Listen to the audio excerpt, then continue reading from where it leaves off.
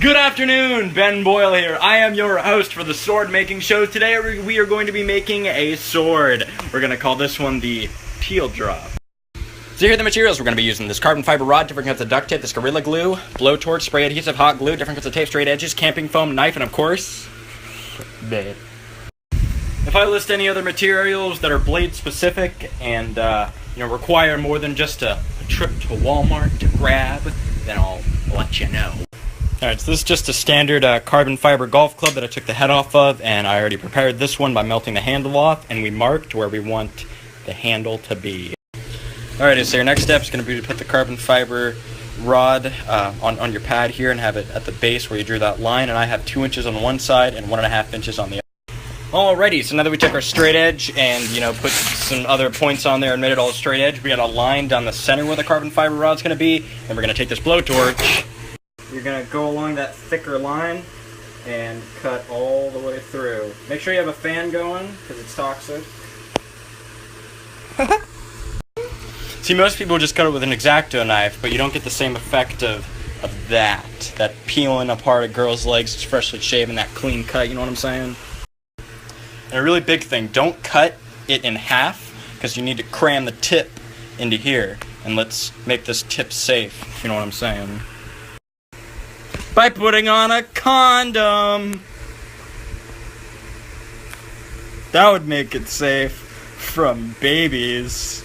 I throw hot glue down the center of it and then lace the tip with the hot glue. Kind of throw it around on there. Alrighty, so this is what it should look like. I put a decent amount and then kind of did this as it dried to create. Now that it's nice and durable, nice and gummy, we can jam it up in here.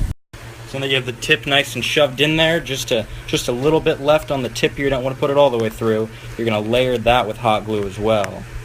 Now it's going to seep through, so try to only get the tip and then about an inch or an inch and a half down into the...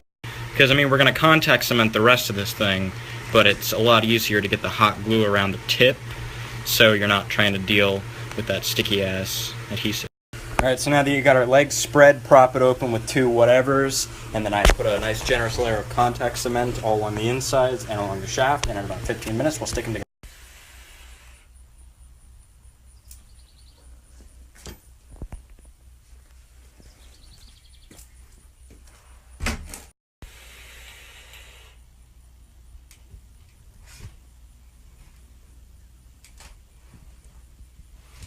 Maybe not. Alrighty, so after about 15 minutes, you want to make sure that all of the sides stick flat and not curved, so it's best to do it one side at a time. Just make sure that it all sticks. Get the other side here. It's best to go bottom to top so you know that the bottom is firm. Alrighty, now I'm going to take some heavy duty and light duty spray adhesive and throw it along the spine here to make sure that it sticks. Okay, so now that that's dry, I applied a couple dollops or 4 fucking sticks of glue all the way up the spine of this just to make sure it sticks. So I forgot a vital step because I'm fucking retarded. So to get these other 2 pieces that you need, just throw it on there, trace it, cut. Alrighty, so now that you got your pieces cut, you're going to lather on the contact cement along the inside of this piece and the inside of this other piece, and then 15 minutes stick them together. Alrighty, so now that you got 3 pieces stuck together, it should look a little something like this gay fucking paddle. BAP! And then you're going to draw where you're going to cut.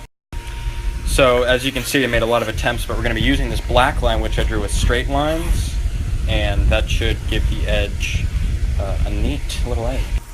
Alrighty, so now you got that cut. It's straight enough. Kind of looks like shit, but whatever. Once you're at this point, you can't really go back.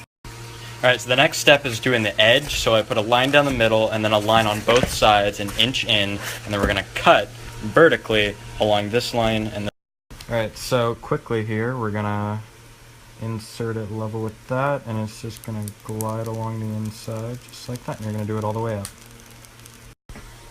Alright, so now your sword should look something like this, with that edge on there. It looks like shit, but it cuts the air really well because we got that straight line down the middle.